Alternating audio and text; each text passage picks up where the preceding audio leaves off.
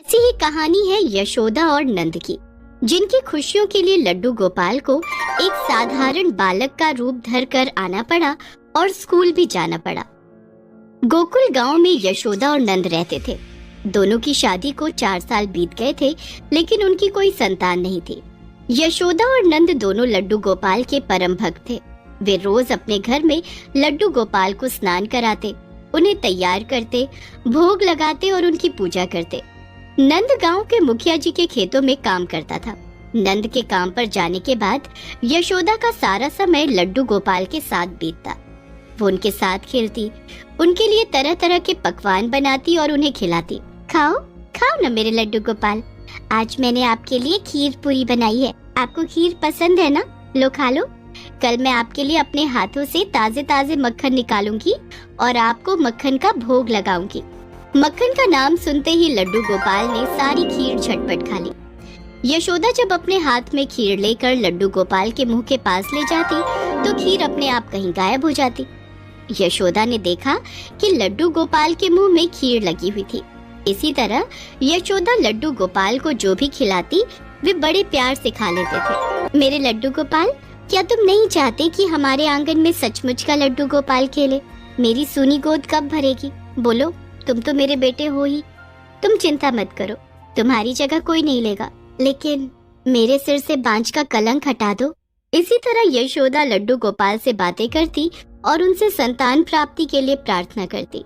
नंद भी लड्डू गोपाल का बहुत ख्याल रखता था। वो जब भी बाहर से आता लड्डू गोपाल के लिए कुछ न कुछ जरूर लाता था।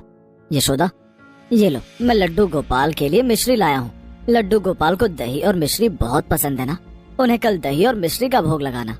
हाँ, मेरे लड्डू गोपाल को दही मिश्री बहुत पसंद है। देखो कैसे खुशी के मारे मुस्कुरा रहे हैं। यशोदा और नंद जैसे भक्त पाकर लड्डू गोपाल भी बहुत खुश थे। उन्होंने नंद और यशोदा को अपना आशीर्वाद दिया और यशोदा की इच्छा पूरी हो गई।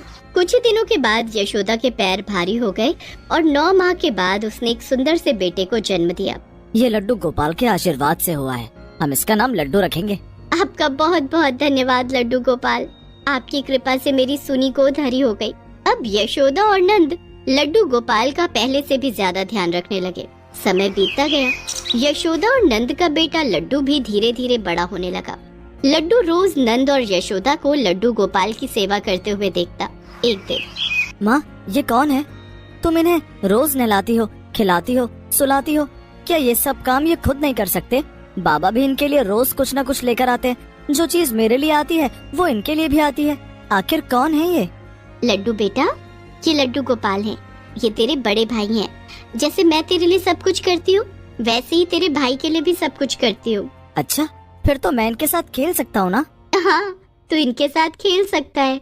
लड्डू बहुत खुश था कि उसे उसके साथ खेलने के लिए एक भाई मिल गया है। अब लड्डू रोज लड्डू गोपाल के साथ खेलता, उन्हें अपने साथ खाना खिलाता और उन्हें अपने साथ सुलाता था। लड्डू का प्रेम देखकर लड्डू गोपाल भी बहुत खुश थे।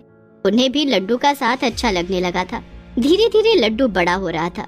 एक दिन, लड्डू के बाबा, हमारा लड्डू 4 साल का हो गया है, अब इसका एडमिशन स्कूल में करवा दो। ठीक है यशोदा, गांव के सरकारी स्कूल में कल ही लड्डू का एडमिशन करवा दूंगा। दूसरे दिन नंद ने लड्डू का एडमिशन स्कूल में करवा दिया। लड्डू अब स्कूल जाने लगा था। स्कूल जाने से पहले उसने अपने स्कूल बैग में लड्डू गोपाल को रख लिया। लड्डू बेटे, लड्डू गोपाल को यहीं रहने दो। माँ, मैं लड्डू गोपाल के बिना कैसे रहूँगा? वहाँ मेरा मन नहीं लगेगा। लड्डू बेटे, शाम को जब घर आओगे तब लड्डू गोपाल के साथ खूब खेलना, लेकिन अभी स्कूल में पढ़ाई करनी है ना। लेकिन माँ, तुमने कहा था कि लड्डू गोपाल मेरे बड़े भाई हैं। अगर मैं स्कूल जा सकता हूँ तो लड्डू गोपाल क्यों नहीं? क्योंकि लड्डू गोपाल को स्कूल जाने की कोई जरूरत नहीं है, वे बहुत ज्ञानी और विद्वान हैं।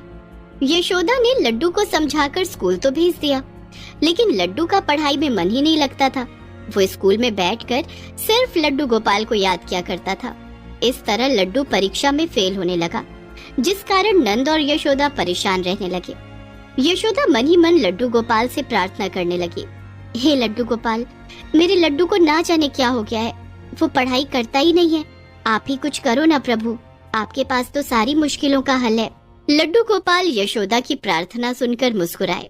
दूसरे दिन जब लड्डू स्कूल जाने के लिए घर से निकला तो रास्ते में लड्डू गोपाल एक साधारण बालक के भेष में लड्डू के पास